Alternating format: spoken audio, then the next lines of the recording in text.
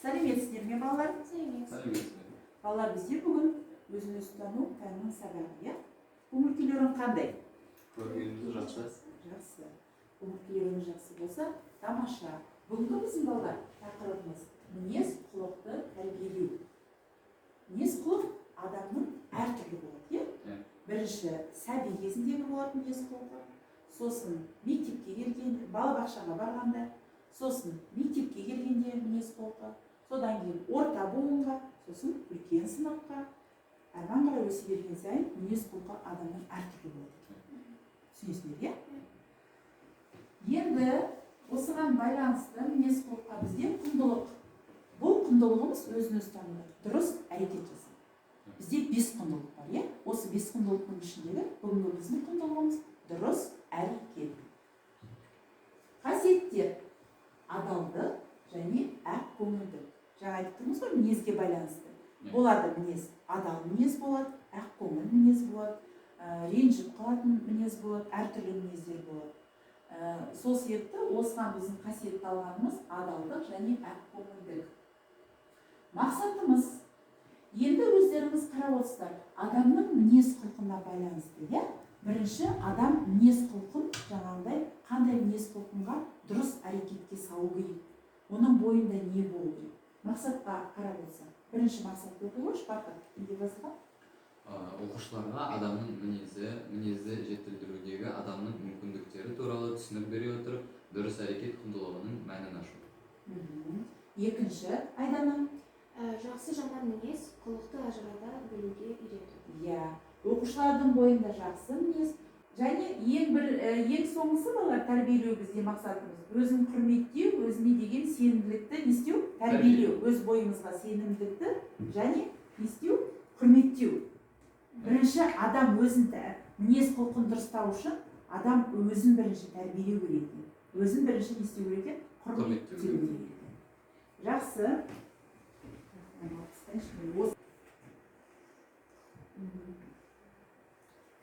Ал балалар, енді сабақты бастамай тұрып, өзін-өзі тану пәнінде біз әр уақытта 5-ті ережесін еске салайық. Ең бірінші бізде не болу керек? Тәртіп болу керек. Тәртіп. Екінші? Талап. Үшінші? Тыныштық, тазалық және татулық. Кәне бірге оқиық. Тәртіп, талап, тыныштық, тазалық, татулық. Жақсы, керемет. Енді балалар, осы тыныштықты, тәртіпті бәріміз оқып шықтық. Енді кәне өзіміз орнымызда кішкене жайланып отырайық, дұрыстап аяғымызды, қолымызды дұрыстап қояйық, ыңғайланып отырыңдар. Қазір біз кішкене нұрға бөленеміз. Елестетеміз. Күн нұры сіздің төбеңізден өтіп, кеудеңізге қарай бойлап барады. Кеудеңіздің орта тұсында гүл түйнегі орналасқан. Гүлдің түйнегі нұрдан баяу ашылып келеді. Барлығы және таза әсем гүл сіздің әр ойыңызды, әр сезіміңізді, эмоцияңызды жүрегіңізге, бойыңызға келе жатыр. Нұр сәулесі сіздің бойыңызға ақырын қарай тарай бастайды. Ол біртіндей күшейе түседі. Оймен осы нұрды қолдарыңызға түсіріңіз. Сіздің қолдарыңызға нұрға бөленіп, сәуле шашуда.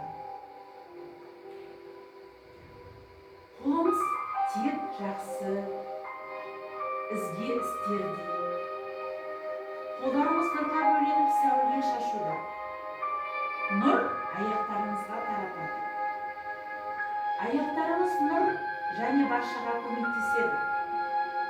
Олар сізді жақсылық жасау үшін жақсы жерлерге апарады.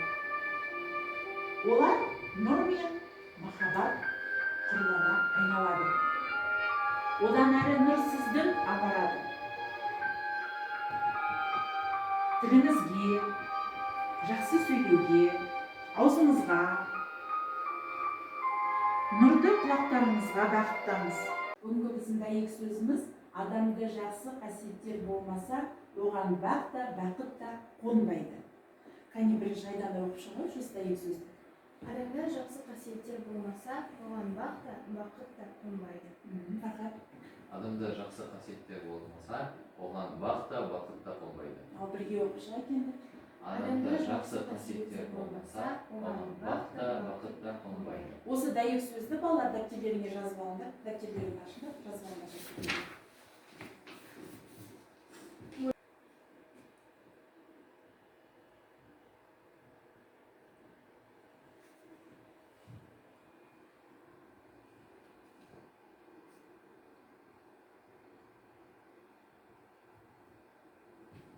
Оққанда кішкене созып оқыңдар, Шахан.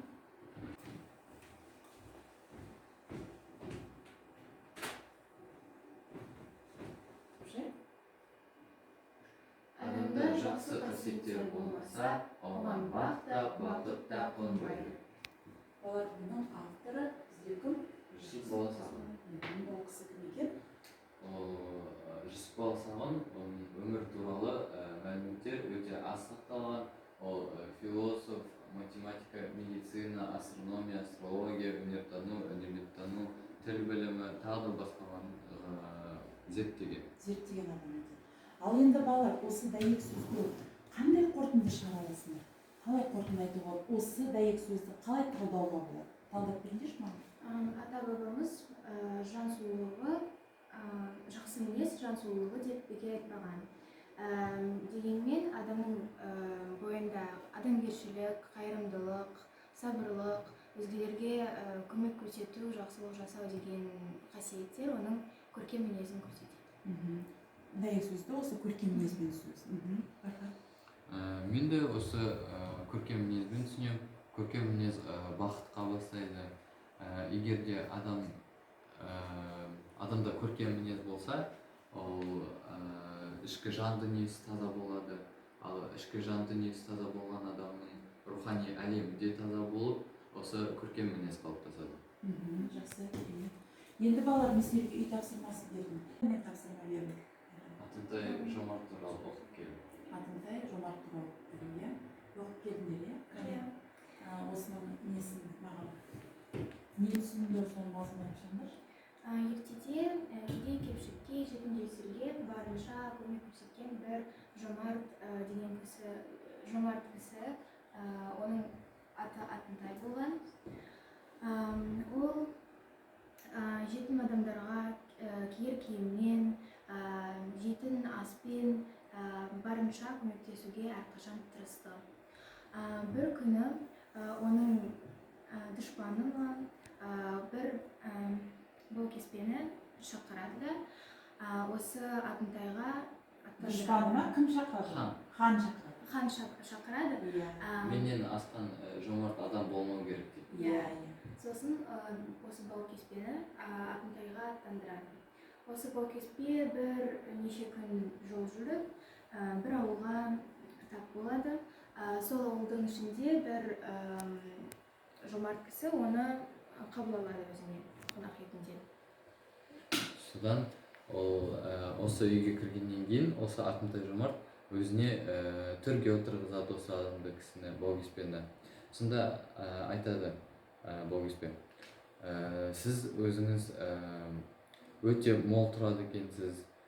Неге кәрі кісі, осы Атынтай Жомарт, неге сіз ағаш жарып осыны сатып жатырсыз дейді. Сізде барлығы жеткілікті емес пе дейді. Сонда Атынтай Жомарт айтады, мен осы ағаштарды сатып жатырмын, өйткені мен адал жолмен еңбек істеп ақша тауып жүрмін дейді. Сонда айтады, егер де менің көмегім керек болса, маған айта ғой, сенің қолына қақпаймын дейді. Сонда осы Баукеспе айтады, өзінің ісін жасырғысы келмейді. Мен Атынтай Жомартты іздеп жүрмін дейді. Хан айтты, егер соның Атынтай Жомарттың басын алып келсеңдер, мен сендерге алтын мен күмістен қап беремін дейді. Егер де сол Атынтай Жомарттың қайда екенін айтсаңыз, мен сізге тең жартысын бөліп беремін дейді. Сонда Атынтай Жомарт өзі айтады, жақсы, мен саған көмектесейін. Сосын жолға шығып баратқан кезде осы атымтай жомарт оны тоқтатып Баукеспені, сен іздеп жүрген атымтай жомарт менмін дейді. Міне басым керек болса ал дейді. Сонда сол Баукеспе сасып қалады, не істерін білмей. Сонда ол қайттан қайтып келеді ханға. Сонда айтады, мен осы атымтай жомартты тауып алдым, шынымен де жомарт екен дейді. Ол өзі ғана жомарт емес, басқа адамдарға, өзінің жанына да жомарт екен дейді. Сонда сірә біз онымен тойтарыс бере алмаймыз, ол жомарт кісі екен дейді. Иә, халық үшін ол өзінің несін бергісі келіп тұр, тіпті жанын басын бергісі келіп тұр екен. Осы атымтай жомарттың қандай қасиеттері бар деп ойлайсыңдар бойында, мінез қасиеті? Айдана. Кеңпейілділік. Тағы бар. Кез келген адамға көмектескісі келіп тұрады. Көңілі қандай? Көңілі ашық екен да, өзінің қол ұшын бергісі келіп тұрады екен, барлығына көмектескісі келіп тұрады екен. Жақсы. Өздерің осындай жұмыс істегендерің бар ма, кездестерген? Бір адамға мысалы көмектескендерің? Адамдарға, жан-жануарларға көмектескендерің? Мен келе жатқанда бір күні әжей ауыр сөмкелер көтеріп келеді екен. Ал оның үйі, мен оны білем, оның үйі алыс емес. Сосын мен оған көмектестім. Иә, сөмкесін апарып көмектестің, иә? Жақсы, бұл да жақсы қасиет адамның бойында. Қазіргі заманға байланысты, иә? Қазір көңіл тиген жоқ қой, өтіп кетеді. Айдана, сен жан-жануарларға мысалы көргенің бар ма, көмектескенің? Мен 8-де болғанда біз әкеммен серуендеп орнында бір суда жүзіп жатқан қапты көреміз. Көрдік, сол қаптың ішінде бірнеше мысық балалар. Сол біз оны судан алып, оларды үйге апарып, оларға тамақ беріп, оларды кішкене өсіріп, керек адамдарға, басқаларға беріп. Иә, дұрыс. Ондай нәрселер көп болады, иә, қазір жан-жануарларға балаларымыз мысалы. Жоспарларымыз кейде ақша жоғалтса, немесе бір зиян тартса, хат өтеміз. Кейін зерттей келе мен мынаны түсіндім. Жалпы өмірде сіз дұрыс шешім жасаңыз, немесе қате шешім жасаңыз, екеуінде де бақыт бар екен. Кейбір кітаптарды көп оқисың, табыс керекке байланысты. Сонда қарағаннан да ой келді. Негізі қарапайым дүние. Ашуланған кезде жауап бермеу керек. Үлкен табыстарға жете алмайтынымыз сол көңіл-күй тежемегендіктен. Көңіл-күйді басқару, мен кездесіп әңгімелесіп адам іздеп кетеміз, бірақ табылмайды, сен жан дүниені таба алмайды. Көңіл-күй бірінші. Мен кейін түсіндім, жалпы адам кейде көкейі вакуумдасады екен. Вакуумдасқаннан кейін біраз тыныш тұру керек екен. Тыныш тұрған кезде сіз айтасыз, сіз рухани деңгейде өсіп жатқаныңызды кейін сезеді екенсіз. Біз сол бір этаптан өте алмай сол қателіктер көп тудырып қоямыз. Сол көңіліңіз кейде құлазиды, жаман болады, біреуден негатив естіп қаласыз, негативтен қашқың келеді, қашқаныңа бәрі өмір солай. Солайдан өсу керек, адам өседі жалпы. Бұндай нәрсеге ұрына беру керек. Мәселен көп байқағаным, кішкене кезде жетім қалып, көрмегенді көріп, сондай бір кейде көкейдің вакуумдасқанына қорықпау керек. Жалпы мен арнайы психологиялық мамандыққа ауысқан емеспін. Десе де университетте қаншама шәкірт алуымыз өтті, бакалавр бар, бір жұмыс бар. Енді осы уақытқа шейін үйреткен сабақтардың жалпы саны 300-дей десе болды. Біз өзі адамдар өмірде көрінетін затты ғана құрметтейміз, көрінетін затқа ғана сенеміз ғой, қолмен ұстап көзбен көруге. Бірақ негізінен ақылды. Енді интернет деген нәрсе өзі ақылменен, ақылсызды байменен келе теңестіріп жіберді ғой. Интернет күннің нұры сияқты, бірақ бұл күннің нұры жоқ. Пайға да керегі қол жетімді ресурс. Біреу әртүрлі пайдаланып жүр.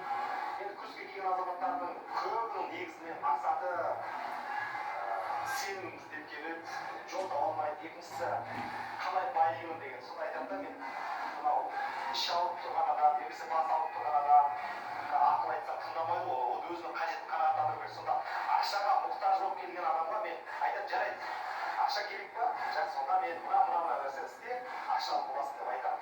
Сені не байытады деген бізде сабақ бар, сонда айтамын.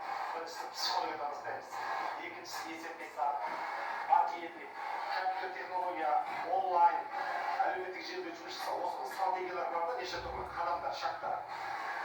Сосын жарнамалау, жарнаманың құдіреті дегендер бар. Өйткені сенің жалпы табысыңның 80% жарнамадан келеді. Сосын бізде майопия көп барады адамдар. Менің мойнымалай ғой деген. Енді бәрі кінәлай берудің өзі дұрыс емес жалпы.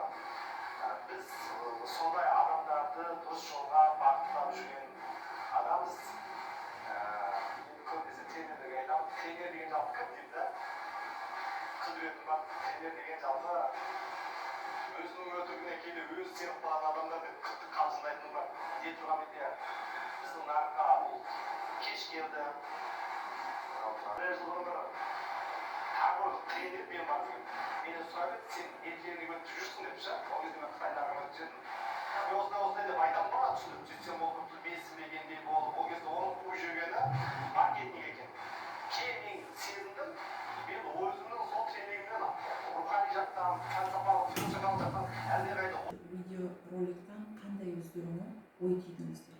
Қандай өздеріңе осыдан жағымды, жағымсыз ой алдыңыздар? Адам өз өмір жолында көптеген кедергілерге, әртүрлі мінезді адамдарға тап болады. Және осы адамдармен сіз, егер ол адам сізге қарсы сөз айтса, сіз ашуланбаңыз, сіз оған ашуланбау керек, оған сөз қайтармау керек. Егер ренжісеңіз, осы сізге айтқан қателіктеріңізді түзетуге тырысыңыз. Және егер сіз адалдықпен әрекет етсеңіз, өзіңізді мақтан тұтуыңыз керек. Егер бір жерде сүрінсеңіз, өз ниеттеріңізбен армандарыңыздан бас тартпауға тырысыңыз. Тырысу керек, бас тартпауға. Мысалы айтама, сенің мінезің мысалы, саған мінезіңде қателік бар, осы дұрыс емес деген сөздер айтылды ма саған? Айтылды, бірақ оған ренжімеуге керек. Осыдан шешім қабылдап, өзіңізге қорытынды жасаңыз. Иә, қандай саған мысалы қателігіңді? Білмеймін, бірақ мен жаныма өте жақын бәрін қабылдаймын. Тез ашуланамын, осындай кездерім бар. Қателіктеріңіз, иә. Бірақ оны қазір сен түзетуге тырысамын. енді осының бәрін түзету үшін адам бойында не болу керек болады? Әр уақытта айтып жатамыз ғой, сабырлық болу керек екен да. Жүректе сосын не болу керек? Тыныштық болу керек. Анау ең соңғы тәрбие мақсатында айтты ғой, ең бірінші адам өзін не істеу керек? Жақсы көру керек екен. Ол ең бірінші өзін бірінші не істеу керек? Тәрбиелеу керек. Өзін жақсы көру керек, өзін қою керек. Және қиындықтардан да өткенде өте білу керек. Фархат, сен қандай түйіндің ойыңа қандай ой келді осы видеороликті көргеннен кейін? Менің ойымша, мінез бен адалдық бір-бірімен тығыз байланысты. Егер де мінез бен адалдықты бізден ешкім ешқашан алып қала алмайтын нәрселердің бірі. Тіпті егер де біздің өмірімізді біреу алып кетсе, бізді теріс істер жасауға бізді мәжбүрлей алмайды. Содан өзіміздің қасиеттеріміз бен құндылықтарымыз туралы және олардың өзіміздің өмірімізге қалай әсер ететінін жақсы біліп танып алуымыз керек. Ал балалар, енді осы сабақта қаншама біз мәлімет алдық, иә, қаншама жақсы өздерінің бойларына тәрбие алыңдар деп ойлаймын. Мінез-құлықтарында енді міне осы жылы 11-ші сынып бітіріп жатсыңдар. Осыны әр уақытта алған міне видеороликті да естеріңе түсіріп, бойларыңа да жақсы қасиетті сіңіреді деп ойлаймын. Қане енді кішкене өздерің қолдарыңды бәрі жақсы бос ұстаңдар. Жүрегімізді ұстайық. Осы жүрегімізге әр уақытта бізге жылу келсін. Осы алған біліміміз, тәрбиеміз әр уақытта осы жүрегімізде жүрсін. Ешқашан ұмытпайық. өзімізге жақсылықты ғана ойлайық. Сау болыңдар, рахмет сізге. Сау болыңыз.